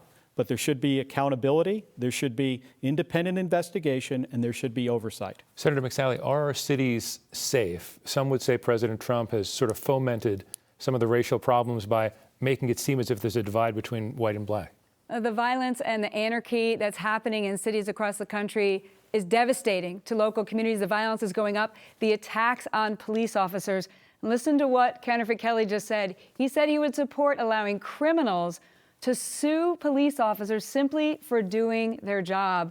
That's why they're backing me, those police officers. They know with the attacks that are going up on them right now, vilifying them, that are led by people like Ilhan Omar, his wingman. That's what's happening right now. We need more funding the police. We need to back the blue. And those local mayors, they need to provide public safety. Look, what these guys want, if they're given power, which we need to stop from happening, is to vilify the police, defund the police, and then come after your Second Amendment rights so you can't defend yourself and your families. I back the blue, and we need to make sure they have everything they need to keep us safe.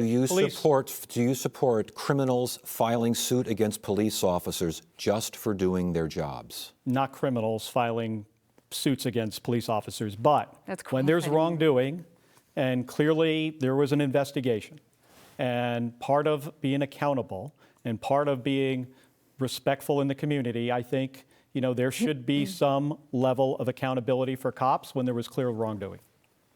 Look, that's a big deal. These men and women in blue, they could lose their retirements, they could lose their homes, their college funds simply for doing their jobs. Getting sued by criminals, getting rid of this qualified immunity, that's what it means, you guys. I back the blue. All right, let's move on. Senator McSally, after mass shootings last year, you said that you would be open to considering red flag gun laws to try to keep weapons away from dangerous people. Is that the case, and what specifically would that look like today? Yeah. What I said was we need to do everything we can in order to stop these tragedies from happening. And I've been leading on this in the House and the Senate.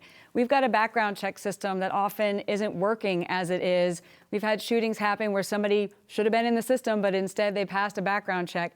So I've passed the Fix NICS Act to make sure we strengthen that background check system.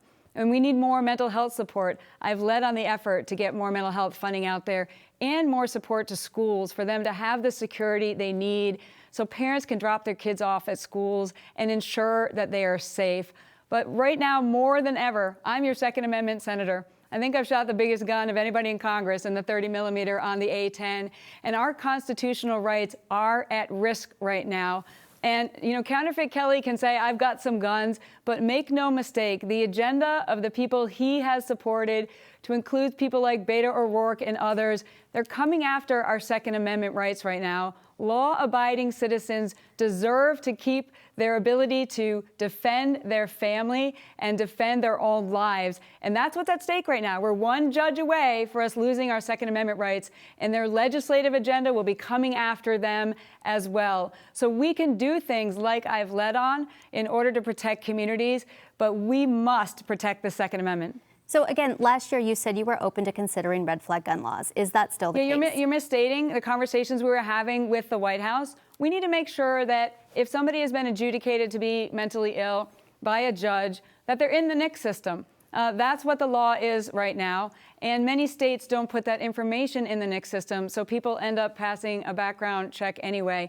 We've got to have due process for people. We've got to ensure that their constitutional rights are never taken away unless they have gone through that due process. And the laws are on the books. If you're a felon or a domestic abuser or you've been adjudicated to be mentally ill, I support the Second Amendment. We need to do everything we can, obviously, to keep communities safe. But you all, the people he's supporting, they want to defund the police, and then they want to take away your Second Amendment rights so you can't defend your family. I'm against that.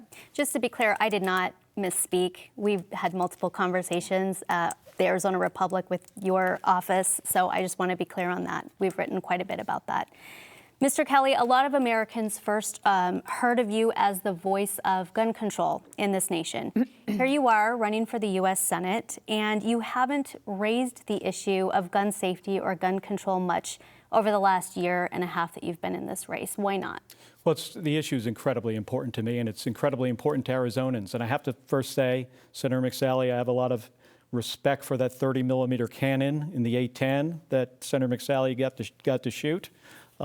It's a great weapon system. I'm a supporter of the Second Amendment. I have been my whole life. I remember when my dad gave me my first firearm. I was in Beeville, Texas, going through flight school, just got my wings, and he bought me a 9-millimeter Glock. And that's the gun that I flew in combat with in the first Gulf War. It's one of my most prized possessions. And I have a lot of firearms. But I don't think that we should ever get to the point where we think a bunch of kids getting killed in a classroom is just normal. Some stronger gun laws is not inconsistent with our Second Amendment rights. We can respect our rights and traditions on gun ownership under the Second Amendment, and we can have stronger communities. That includes things like, Yvonne, like you mentioned, red flag laws, background checks for all gun sales. Senator McSally in the past has said background checks are unconstitutional. Well, most guns are sold with a background check right now, but there's these giant loopholes that you can drive a truck through. And here in Arizona, a majority of Arizonans support background checks for all gun sales and red flag laws and a couple other things. These are common sense things that'll keep communities safe, and at the same time, we can respect our Second Amendment rights. Why haven't you talked more about your viewpoints on this on the campaign trail? Well, I generally talk about what folks ask me about. And they often ask about their health care, prescription drugs, the price of prescription medication. I met this mom, recently named Ophelia, and she was having to make these horrible decisions about whether she fills her son's prescription, her prescription, or buys groceries for the week. These are horrible choices that Arizonans currently have to make. These are the issues that folks care about. Not getting COVID-19 relief. We have so many Arizonans, so many members of our community that are really struggling. Food banks are maxed out. Folks are having to make these horrible choices, and the United States Senate went home. That's not leadership for Arizona. Real quickly, are you against background checks for all gun sales? Well, I'm for the Second Amendment, and here's just another example where my opponent says, I've got a gun, and I'm not talking. The reason he's not talking about it is because Arizonans care about their Second Amendment constitutional rights. And should he get elected, this will switch the Senate majority, and they will be able to ram through the most radical anti-Second Amendment agenda. And he's been leading the charge over the last 10 years, supporting the most extreme left-wing elements of his party, the Frankenstein he created. Senator, we're now leading the effort to take away our Second Amendment rights. I'm not going to let that happen. We only have 30 seconds left. Yeah. Are you against background checks for all gun sales? I have been strengthening the background check system that we have. Oftentimes, somebody is a prohibited possessor and they're not in the background check system. So I've been leading to strengthen the system that we have. while ensuring that Arizonans' Second Amendment rights are protected. All right, that's it. We have to stop it right there. Thank you, candidates, so much. It's now time for our closing statements, and we begin with Mark Kelly. Well, thank you, everybody, for spending the time to listen to Senator McSally and to me tonight. This is a critical moment for our country and our state. And partisan politics has made this crisis worse. And partisan politics and partisan politicians are not going to get us out of it. We need independent leadership focused on solving the problems we face, like beating this virus and rebuilding our economy and lowering the cost of healthcare and prescription drugs. I can bring my experience as a combat pilot, an engineer, as an astronaut to the United States Senate to help solve some of these serious problems. But I can't do that without your vote. Whether you're an independent, a Republican, or a Democrat, I ask for your vote. These are serious challenges that we face. By working together as a team, we can solve these serious problems. Thank you, everybody. And for the final closing statement, we turn now to Senator Martha McSally. Arizonans, you'll start voting tomorrow, and this is such a consequential decision. It will decide the Senate majority. It will decide the direction of our country. And you do have a choice here. You have somebody who's been a fighter for you and will continue to be a fighter for Arizona, or a counterfeit who will enable the radical left and their agenda to be forced on us. There's a lot at stake here. I'm humbly asking for your vote. And you know what, Mark? This has been a great discussion. Thanks for everybody for the conversation here. I think Arizonans really prefer this probably to 30-second slick TV ads. So why don't we do this 3 more times in the next few weeks? We could go to Green Valley, we could go to Yuma, we could go to Prescott. I'm sure the local media would support, holding these debates. Will you agree right now? Let's do 3 more of these around Arizona, because Arizonans really deserve to have this conversation candidate to candidate about what's at stake. I'm really looking forward to next week, I think, on Univision. Will you agree to 3 more? That'll be an interesting conversation. Thank you. All right. Well, that kind of proves my point, Arizona. All right. That is it for this election 2020 debate for the U.S. Senate, brought to you by Arizona Citizens Clean Elections Commission, Arizona PBS, the Arizona Republic, KJAZ Radio, and Arizona Public Media.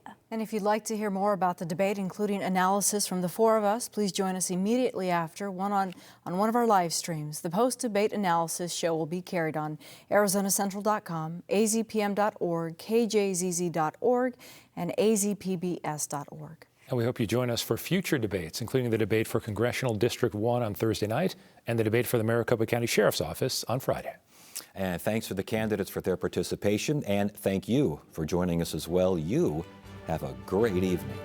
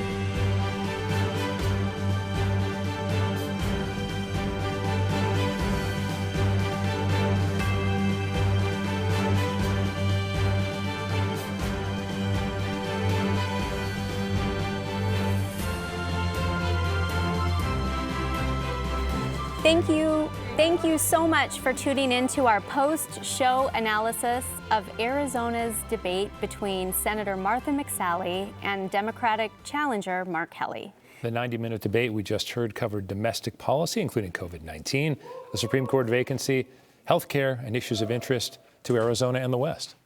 The debate was marked by sharp disagreement on the president's handling of the pandemic, Mark Kelly's business ties, and McSally's record on health care. Polling has consistently shown Kelly ahead in the race, and now that their only live debate is finished, we'll recap some of the key moments and discuss whether the debate could move the needle for Arizona voters. All right, let's start. Lorraine, we'll start with you. Impressions of what we just saw and heard.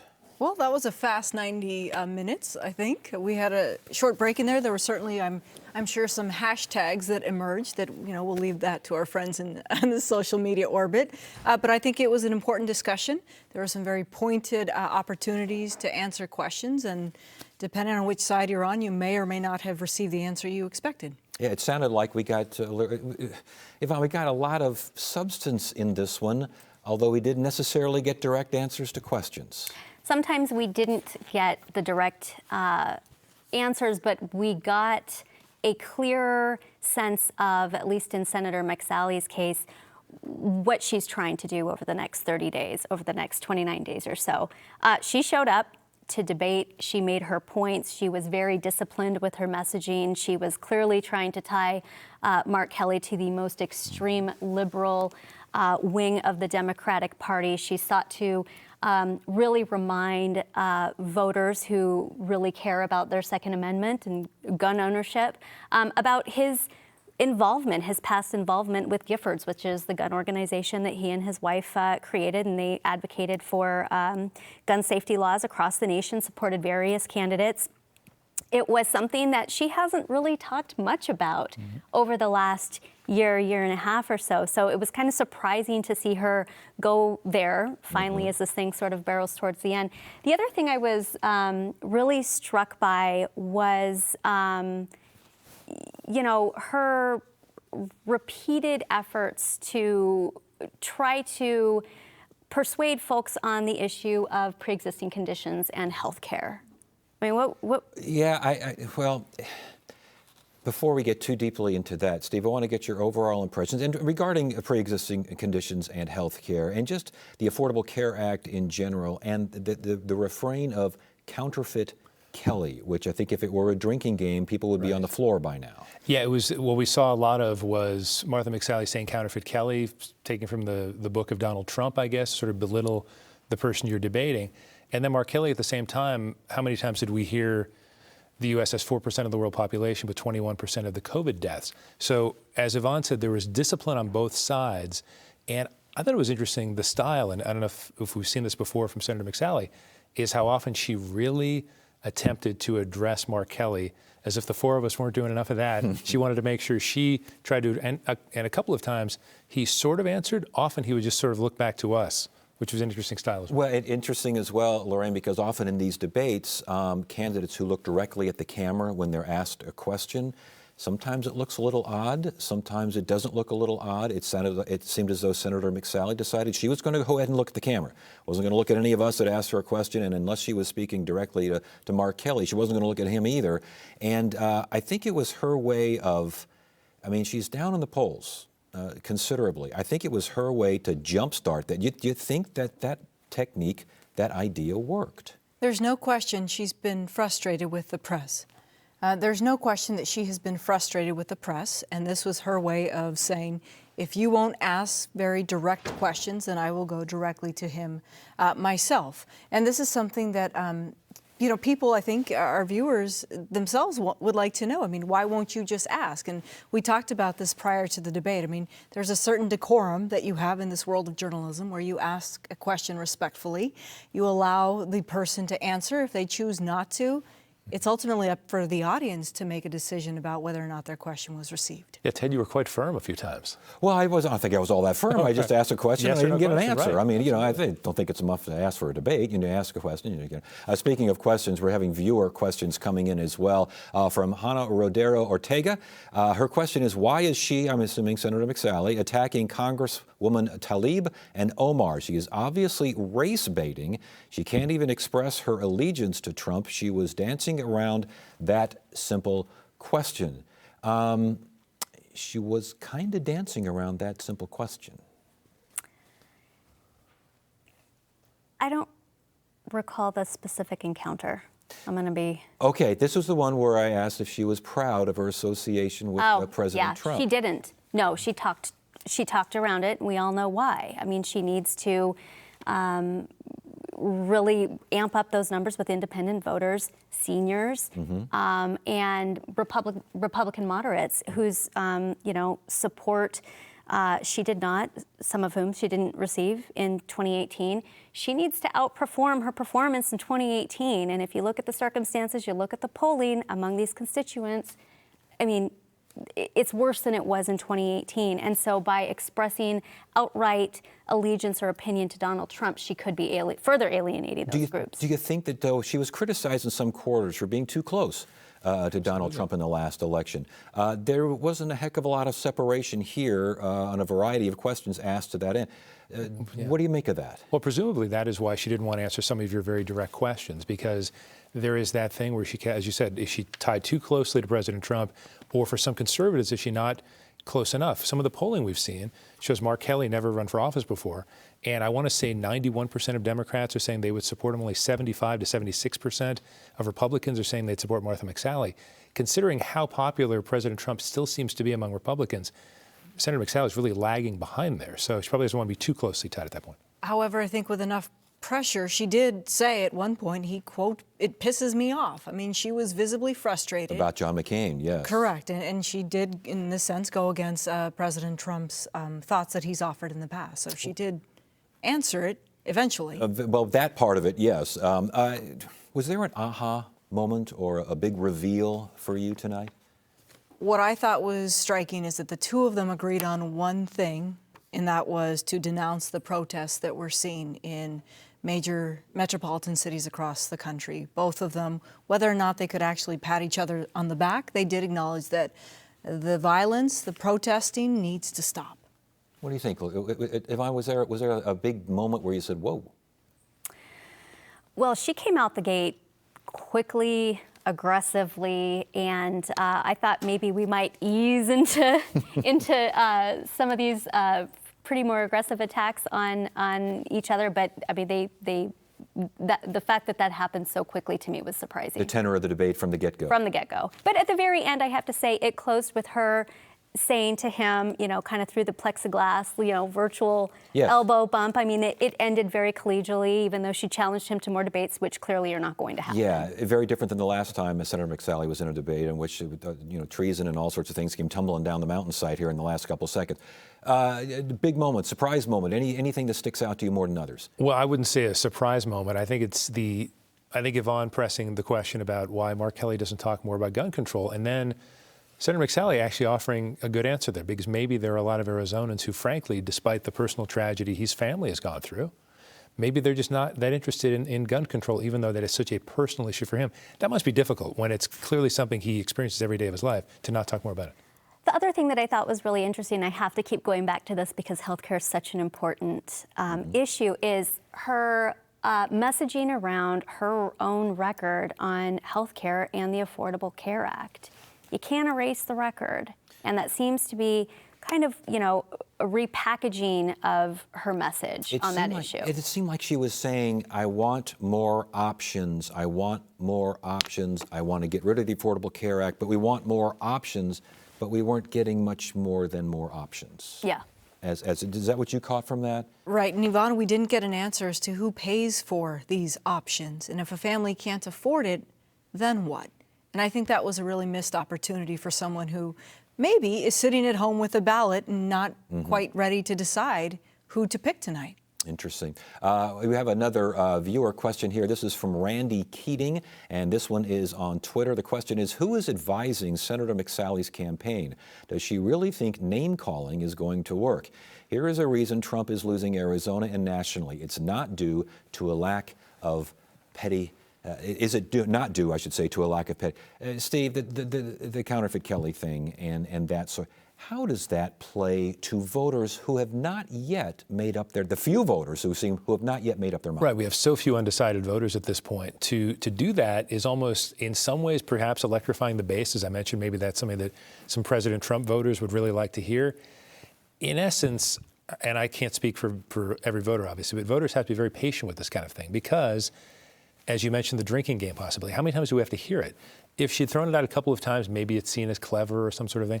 When you keep saying it, it just indicates, well, and if we press on pre-existing conditions or everything else, I mean, could he have called her counterfeit McSally or whatever alliterative advice we could use?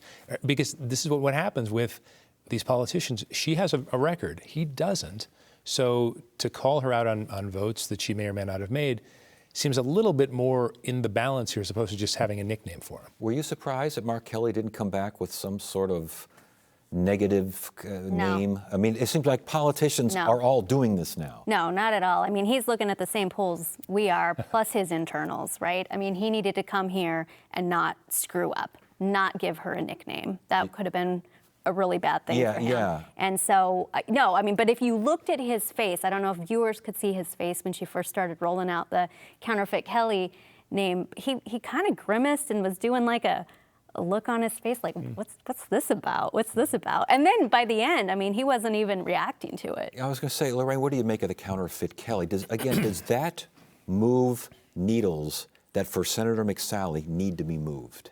It'll be interesting. I mean, we all look at the same polls. She certainly is within striking distance. I imagine there will be another one that comes out here in the coming days following this debate to see, did it resonate with voters? If those people who are undecided, have they made a decision, or have they decided they're going to vote down the ticket one way or another? All right, we have another one. I'm sorry, I'm being told. This one for Mark Kelly regarding Representative Scott, is that correct? That Kelly will sell Arizona to China. I mean, Steve, you got to ask this question. Did we finally get an answer about China?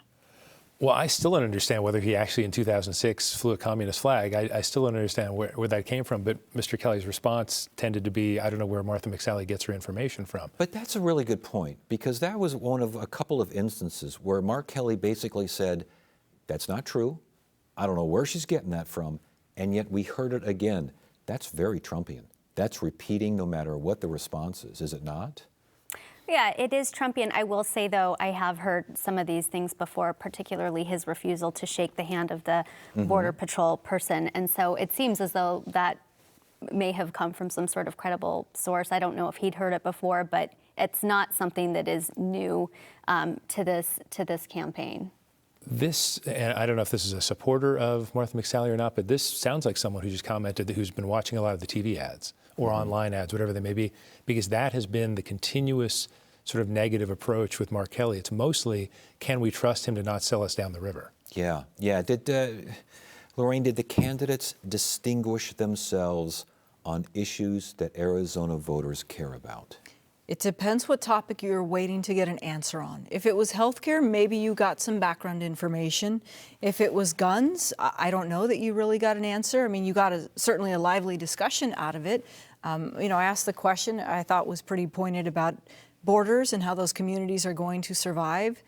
And I didn't necessarily hear an answer. It was, we know sometimes politicians can pivot to their talking point, which is fair. But that's also, I think, why we saw the senator turn and look directly into Mark Kelly's face to try and ask him a question, because perhaps she felt we weren't doing it well enough. Were there issues of substance where, again, we got a clear dividing line between the two? Well, I think the Supreme Court certainly was one with Amy Coney Barrett. Ted, I was struck by the fact that, this really isn't a 4-4 court right now, because Justice Ginsburg was in the liberal wing.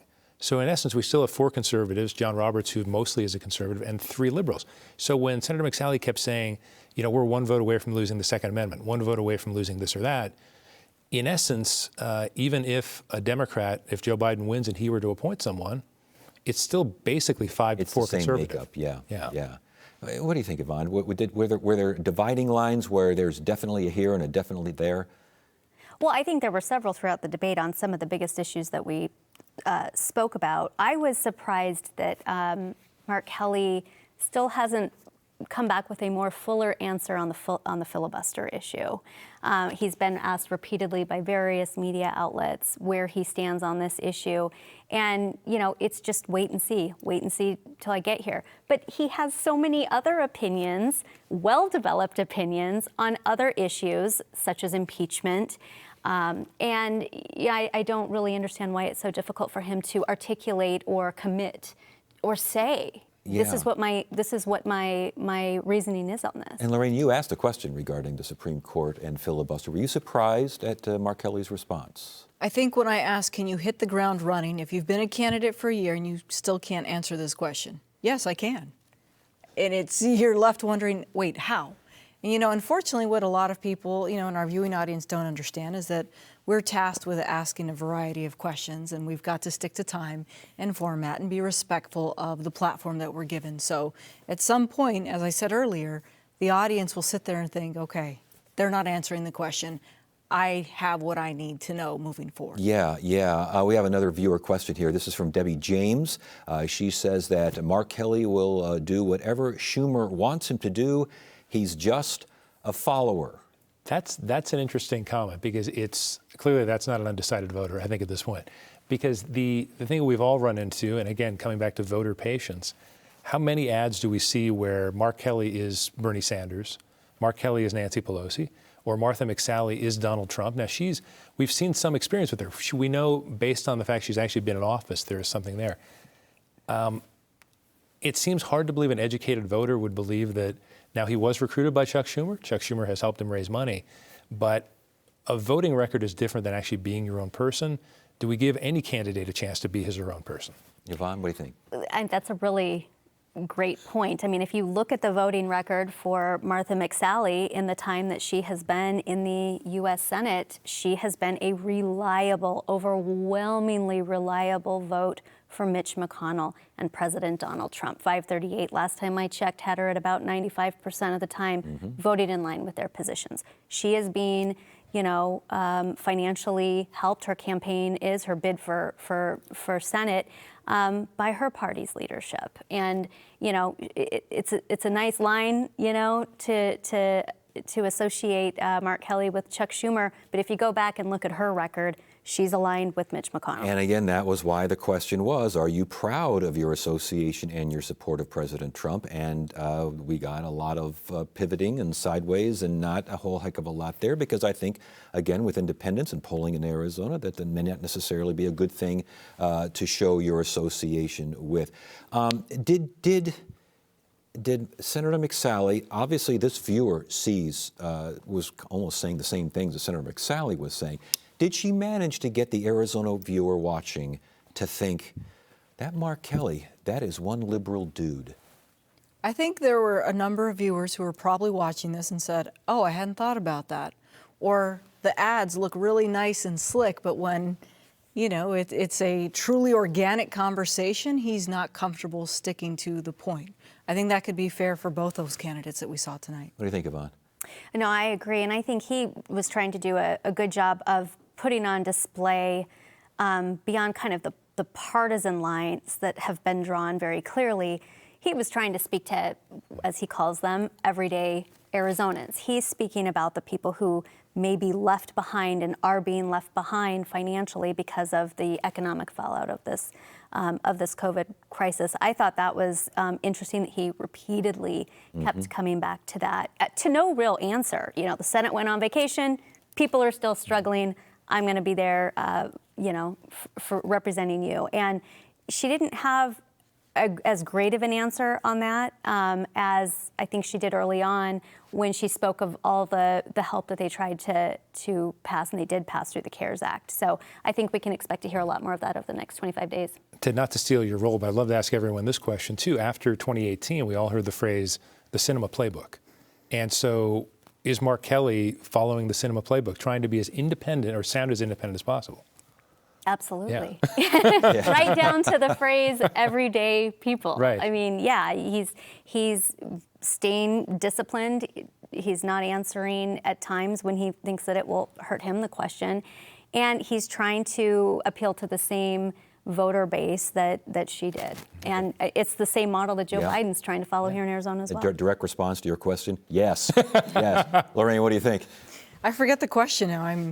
Is Mark Kelly following Senator Sinema's strategy in the last election? One thing that I thought was telling is how specific Senator McSally was when she mentioned towns and places. And we know that Mark Kelly has hosted a number of virtual town halls, whereas Senator McSally has hit the streets. She's gone into communities, and she looks different too, right? She's wearing jeans and she's shooting the breeze, talking with people. Mark Kelly, there's nice lighting and it's a beautiful environment. So I do think if you're the average Arizonan who's struggling, you're in a small town, you're sitting there wondering, who do I connect more with? Because she said, and I quote, pisses me off. Yeah. A lot of people talk that way. Well, but when you're more polished and you don't, you wonder, can I connect with you? Indeed, and I don't know if Eileen Saido is an average Arizonan, but she does have a question for us, and or basically a comment, I guess. Her comment is, quote, McSally dodged question after question. We've kind of talked about that. We notice that, where it's our job to ask questions and get answers. Yvonne, does the viewer notice that when you ask X and the response is Y, or do they just follow the pivot? Oh, it depends, I think, on the viewer. I think some will follow the pivot and others might not. Going back, I want to go back to Senator McCain, continues to loom large over this race, over this seat that he filled for a time until his death on August 25th in 2018.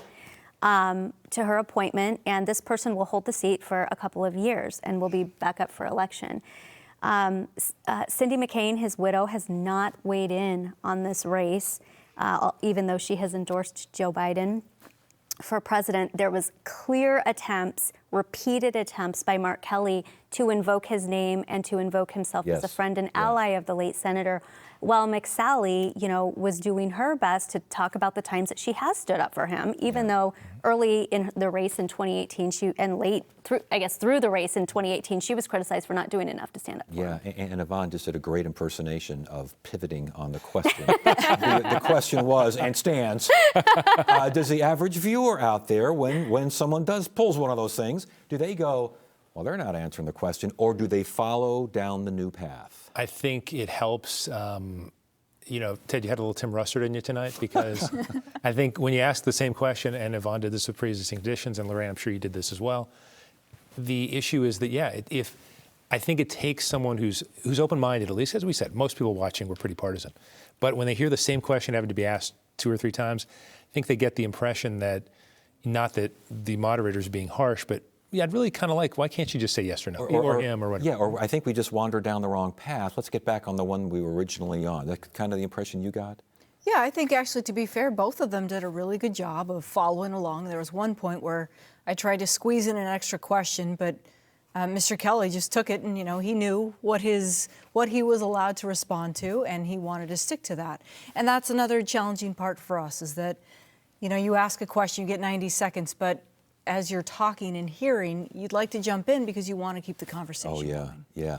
I think we're just about ready to run out of time here, so let's start with some final comments, thoughts, observations.